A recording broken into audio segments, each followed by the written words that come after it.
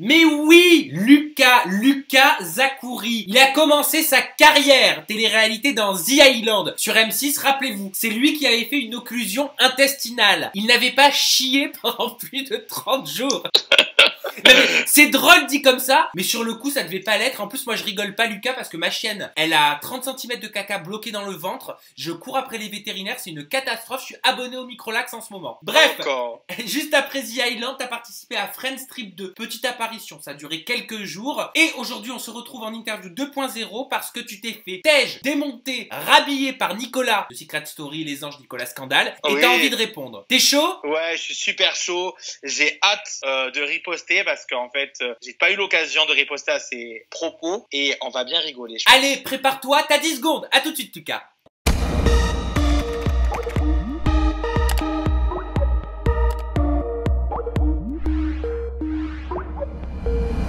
Bon, alors Lucas, qu'est-ce qui ne t'a pas plu dans les propos de Nicolas Scandale? Je te rappelle quand même qu'il t'a menacé, il le dit lui-même dans l'interview, il dit je m'en fous de menacer ouvertement. Oui, c'est une menace. Si je croise Zakouri, où il a dit le barbu là, si je croise Barbichette, je lui fracasse la gueule. Ouais, ça me fait un peu rire parce que Monsieur Scandale, qui porte très bien son nom puisqu'il fait des scandales, il crie, il aboie. C'est quelqu'un qui aboie beaucoup.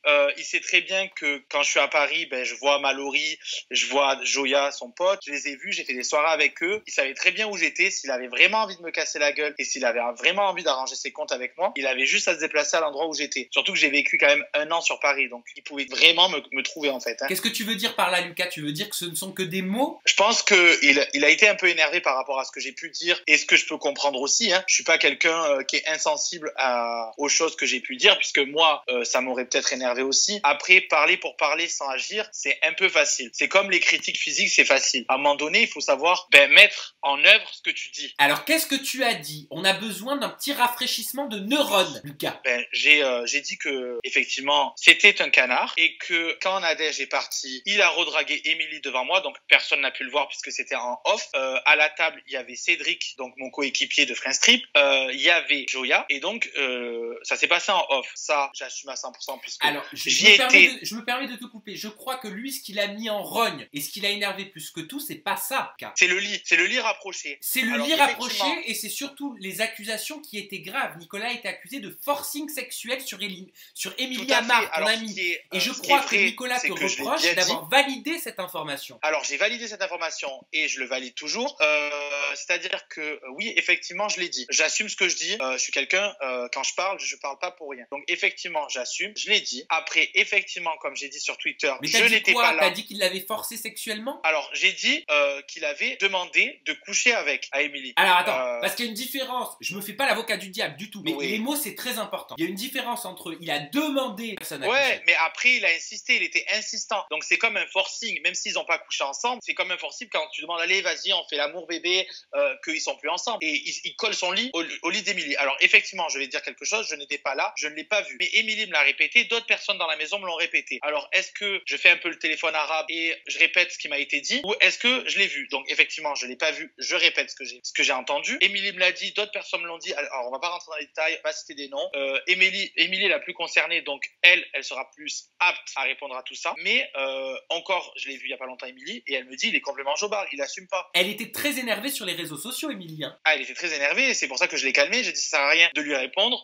De toute façon, quelqu'un qui a tort a souvent tendance à aboyer et à vouloir riposter. Donc maintenant, tu as tort, tu ripostes, ok, pas de souci. Tu penses que voilà, c'est comme ça. Mais attention à ce que tu dis, Lucas, parce que si tu tiens à ton visage et à tes chirurgies esthétiques que tu as faites récemment, dont on va parler dans quelques instants, il vaudrait mieux pas que Nicolas te tombe dessus. Non, mais après, Nicolas, il fait de la boxe, je fais de la boxe, ok, pas de souci. S'il veut, on va sur un ring, hein, on verra. Moi, je pense que c'est une histoire qui date de Mathusalem, il faut arrêter un peu la connerie. C'est passé, c'est révolu. Pour moi, j'ai tiré un trait sur cette histoire. Friends Trip, ça date, je sais pas, peut-être 2 ans maintenant. 1 an et demi, 2 ans, enfin, je sais pas. C'est bon, moi, j'ai passé le cap. Après, lui, il reste accroché à ça. Que bien lui fasse, hein, comme on dit chez nous. Moi, je m'en fous, en fait. Hein. T'as changé des petites choses dans ton physique. Ouais, tout à fait. Ils sont où tes trous? Tout à fait. J'ai fait recoudre mes oreilles, effectivement. Effectivement, j'ai fait recoudre mes oreilles parce que je vise à autre chose. Alors, je dis pas que j'arrêterai la télé parce que si on me propose, comme tout candidat qui a commencé la télé, ben, il y retournera, hein, parce que c'est quand même de l'argent facile. On va pas se cacher que c'est de l'argent facile. Après, dire qu'on est riche en faisant de la télé, c'est faux, mais c'est de l'argent facile. J'ai eu une discussion avec quelqu'un récemment, parce que tu sais qu'il y a cette mode hein, de la chirurgie esthétique, surtout à l'étranger, notamment en Tunisie. Et moi, je l'annonce, je le dis, j'avais fait Eve qui avait fait une réinjection de graisse dans ses fesses, une liposuction, je l'avais faite à Paris, je l'avais pas faite en Tunisie, ça je l'ai fait il y a 1 an et demi. Et j'ai fait Kim il y a quelques mois en Tunisie. Je ne recommencerai plus, enfin faut pas dire jamais, mais pour l'instant, je ne souhaite pas réitérer l'expérience. Voilà. C'est trash ça. Ben, de 1, c'est trash, et de 2, tout le monde le fait. Voilà. Il y a une mode, et quelque part, je vais être très honnête avec toi et avec vous, j'ai pas envie de me dire que je contribue à donner envie à des jeunes de faire des opérations qu'ils n'ont peut-être pas forcément besoin, parce que la plupart... Moi, je suis d'accord aussi. Parce que c'est important de le dire, on va pas se leurrer, hein, je critique pas du tout. Mais il y a quelque chose qui est important à dire, c'est que les candidats comme toi, qui partent en Tunisie faire de la chirurgie esthétique, l'opération, vous l'avez gratuite. Non, mais on va pas prendre les gens pour des cons. Effectivement. On est d'accord que c'est gratuit. Donc, si il fallait payer toutes ces opérations, comme Sacha qui a fait pénoplastie, qui a refait le nez, des injections au visage, enfin bref, qui a fait plein d'opérations, honnêtement, s'il fallait les payer, je suis pas sûr que vous les auriez toutes faites. Voilà pourquoi. Moi, je vais pas te mentir, hein. Alors moi, ça fait des années que j'en parle. Si je devais te montrer mon portable, j'ai plein de photos de chirurgie esthétique dans mon portable qui remonte il y a au moins 5 ans. Ça fait des années que j'en parle par rapport à mes complexes parce que j'ai toujours été un peu fort. Effectivement, je voulais le faire et je mettais de côté, sauf que c'est très long de mettre beaucoup d'argent de côté. En France, c'est très très cher en plus, on va pas se mentir. Mais c'est vrai que quand on m'a proposé un programme de chirurgie esthétique, tout frais payé, bien sûr que j'ai sauté sur l'occasion. On va pas se mentir. Mentir aux gens en disant qu'on a tout payé, c'est faux. C'est faux. Voilà, tout a été payé par la clinique. Bah bien sûr, mais c'est important de le dire parce que moi j'ai pas envie de prendre les gens pour des cons. Quand j'ai fait mon reportage avec Kim, j'étais ravi de faire ce reportage parce que je n'aurais pas accepté pour n'importe qui parce que Kim est une amie. Je ne voulais pas le faire à la base. J'ai dit oui pour elle parce qu'elle voulait que ce soit moi qui l'accompagne, mais je referai plus ce genre de reportage parce que je trouve que ça incite, c'est pas du tout contre toi ni contre qui que ce soit. Mais bien sûr. Mais je trouve que ça banalise trop l'acte et j'ai eu trop de questions derrière. Parce qu'il y a quand même des risques. Hein. Il y a énormément de risques, il faut pas le banaliser. Mais bien sûr qu'il y a beaucoup de risques et j'ai eu énormément de questions derrière. Et le truc c'est que j'ai réfléchi, j'ai fait une rétrospective, je me suis dit mais attends, si vous aviez pas toutes ces opérations gratuites, vous ne les feriez peut-être pas. En tout cas pas maintenant, ou alors vous y repenseriez avec peut-être beaucoup plus de réflexion que vous ne le faites aujourd'hui. Voilà en gros pourquoi je n'ai plus envie de faire de reportage sur la chirurgie esthétique en Tunisie. Oui, mais ce qui est normal. Après, les gens banalisent beaucoup la chirurgie. Moi honnêtement, je l'ai pas banalisé. J'ai mis des années à réfléchir, à mettre des sous de côté. Je sais les risques que j'encourais. Tellement, pour être honnête avec toi, c'est que j'en ai pas parlé à mon entourage. Je suis parti en disant que je partais en vacances, tellement que j'avais peur de leur réaction et peur en même temps des risques que j'encourais. Donc j'en ai pas parlé à mon entourage. Je suis parti sans rien dire à personne. Parce que moi, je suis pas contre la chirurgie esthétique. J'en ai fait moi-même. J'ai fait le nez quand j'avais 18 ans. J'avais une toute petite bosse là. C'était le même nez, hein. Rien à bouger, le bout, tout est pareil. Oui. J'avais juste une petite bosse là qu'on a raboté. Voilà. Ça me gênait, c'était un complexe. Moi, je suis pas contre à partir du moment où c'est un complexe. Un vrai complexe. Tu vois ce que je veux dire? Et non pas un caprice. Tout à fait. Moi, c'était vraiment réfléchi. Mon frère le seul qui était au courant, c'était mon frère, que j'y songeais. Ma mère était au courant il y a quelques années de ça. Je lui avais dit, le jour où j'ai l'argent, je fais de la chirurgie parce que voilà, je suis complexé. Malgré que j'ai perdu énormément de poids, que je fais du sport, parce que je suis quand même quelqu'un qui fait du sport depuis The Island, donc ça commence à faire maintenant. Faut pas croire que la chirurgie c'est miracle. Moi, je m'attendais à quelque chose de miraculeux. Alors, je vais pas dire que je ne suis pas content, mais je m'attendais à beaucoup mieux. Alors, attends, justement, j'aimerais bien que tu nous expliques, mais avant, j'aimerais savoir si j'ai tort ou si j'ai raison. Moi, je pense que tu as fait 2 opérations, des discussions que j'ai pu avoir avec mon contact. Je pense que tu as fait une gynécomastie. Donc, juste pour expliquer, une gynécomastie, c'est le fait, c'est quand certains hommes ont tendance à avoir, pas de la poitrine, mais... c'est exactement ça. De la graisse localisée au niveau du pectoral. Ça fait comme une poitrine. Voilà. Le pectoral ne se voit pas et ça fait comme un amas graisseux. C'est vrai que ça peut être complexant surtout pour un homme parce qu'en termes de virilité, on peut dire ce qu'on veut, gay, pas gay, hétéro, tout ce que tu veux. Mais ça touche quand même l'idée du corps masculin et ça peut gêner. Et je pense que tu as fait donc cette gynécomastie avec une liposuction, on va dire un petit peu plus générale. Tout à fait, c'est exactement ça. Avec les oreilles en même temps, j'ai profité de faire mes oreilles. Ah, donc c'est là-bas que tu as fait recoudre tes oreilles. Tout à fait. D'accord. À être endormi, j'ai tout faire en même temps. Bah ça, pour le coup, t'as raison. Voilà. Donc voilà, effectivement, j'ai fait ma lipo plus la gynécomastie. Alors la gynécomastie, j'en avais besoin parce que j'avais beau faire du sport et on voyait pas mes pectoraux. Ça me complexait parce que je me disais, j'ai fait du sport, je vois pas mes pectoraux. Pourtant, j'arrivais quand même à les faire bouger, mais ils ne se voyaient pas.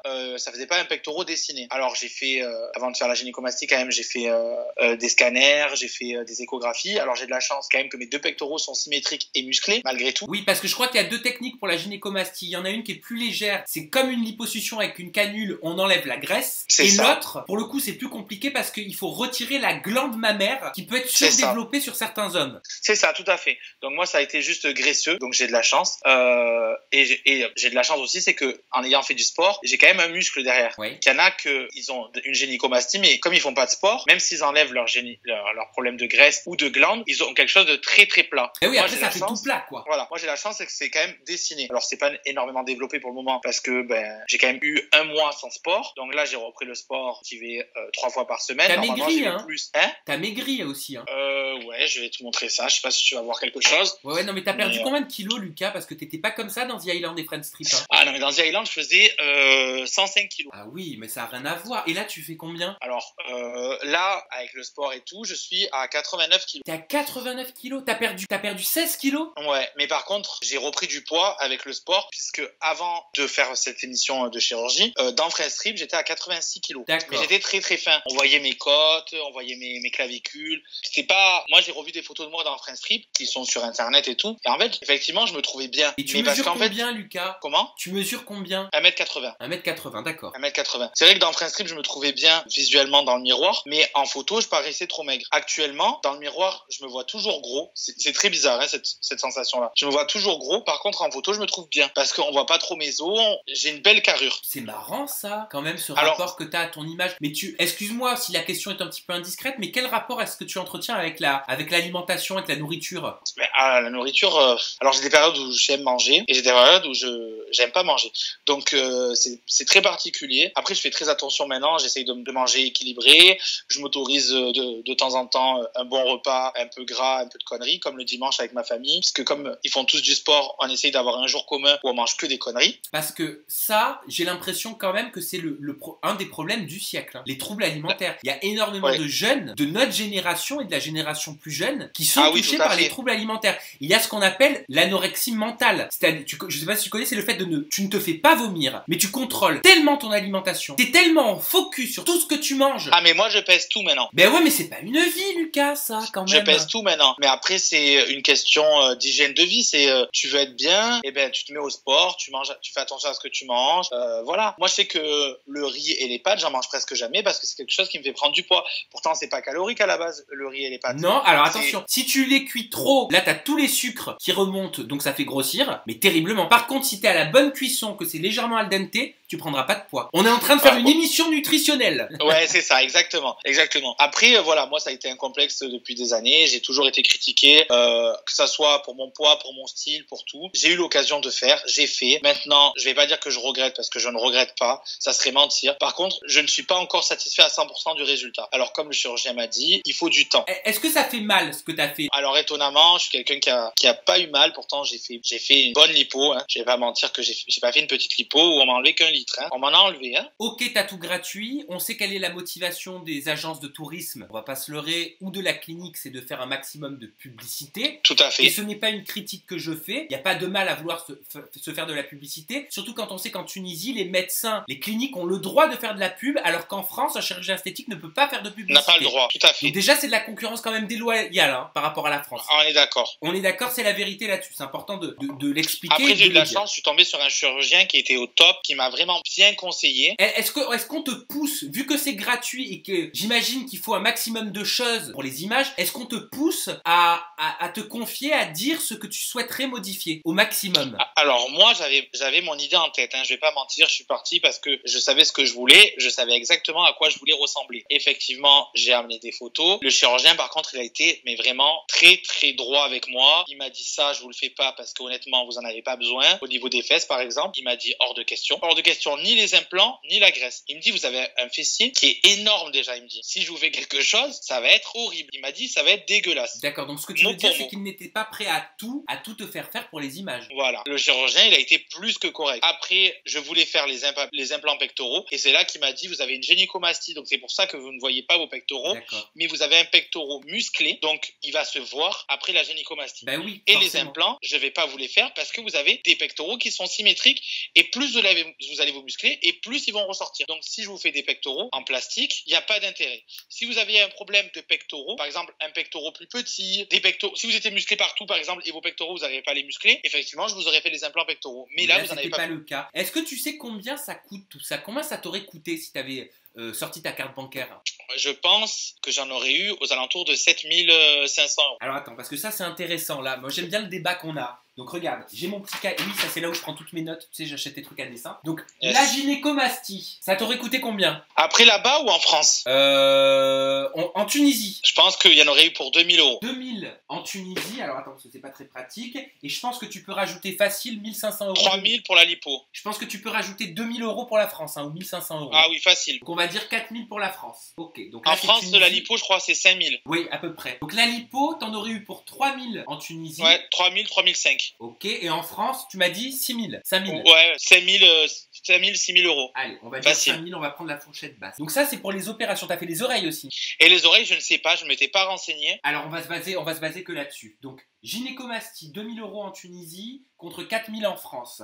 Liposuction, 3000 € en Tunisie contre 5000 en fourchette basse en France. Ouais. Ça veut dire que rien qu'en actes chirurgicaux, tu en aurais eu pour 3, 4, 5, 5000 en Tunisie, 5, 6, 7, 8, 9, 9000 en France. À ça, sans compter les oreilles. Oui, sans compter les oreilles. À ça, tu peux rajouter la chambre. Les frais d'hospitalisation. Les frais d'hospitalisation. T'as séjourné pendant combien de jours? 3 jours au moins. Eh ben alors, tu vas être très étonné parce que je suis rentré à l'hôpital le jeudi. Ouais. Je me suis fait opérer, il devait être 16h. Ouais. Je me suis réveillé, il devait être 20h30 par là. Ouais. Et je suis sorti le vendredi midi parce que j'allais très bien. Je marchais. Je suis sorti du bloc opératoire en tirant mon truc de glucose là. Et les infirmières me disaient, asseyez-vous, vous allez vous évanouir. Non, mais c'est bon, laissez-moi tranquille, je vais aller dans ma chambre. Voilà. Donc le lendemain midi, je sortais. Honnêtement, ces 5000 € que t'offre l'agence de tourisme ou la clinique, ils les récupèrent quelque part. Ils les récupèrent parce qu'après, en fait, il y a des patients qui vont vouloir faire la même chose que vous, la même chose que toi, et qui vont payer plein pot leurs opérations. Tout à fait, bien sûr, mais c'est sûr et certain. Après, honnêtement, la clinique chez qui je suis allé, le groupe qui m'a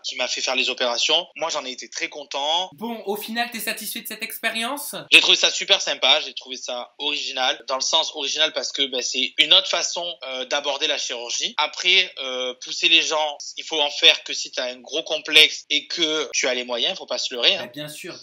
Voilà, il faut pas se leurrer, il faut avoir les moyens.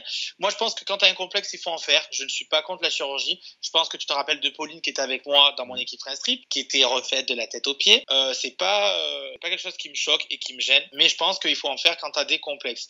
En faire pour en faire, ça ne sert à rien. Et en faire et en refaire au même endroit, comme par exemple, je ne citerai pas de nom, mais des gens qui font le nez, qui refont le nez et qui vont refaire le nez. Ah bah là, c'est le meilleur moyen pour tout gâcher. C'est là que tu as le plus de ratés, comme certaines personnes qui font de la télé. Pareil, tu as dû en voir. Mais comme qui? Non, faut que tu donnes un nom. Tu peux pas dire ça comme ça.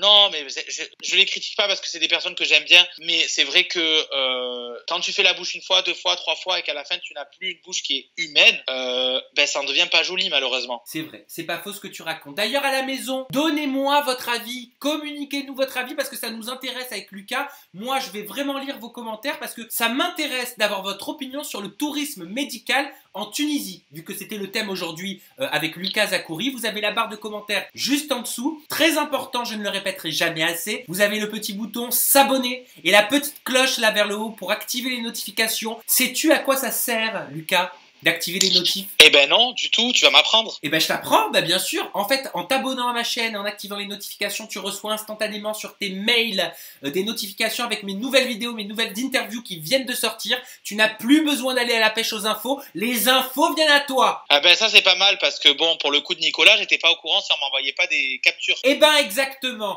Et sur ce, je vous fais un gros bisou, je vous dis à très bientôt, je vous aime, ça vous le savez, merci pour votre fidélité. Lucas, je t'embrasse toi aussi. Oui, et on moi se aussi. voit bientôt prochainement si t'es sur Paris, ok? Et oui, bientôt, bientôt. Je vous fais des bisous à tous et merci pour ce Gros petit bisous. interview. Bye bye, ciao. Bye.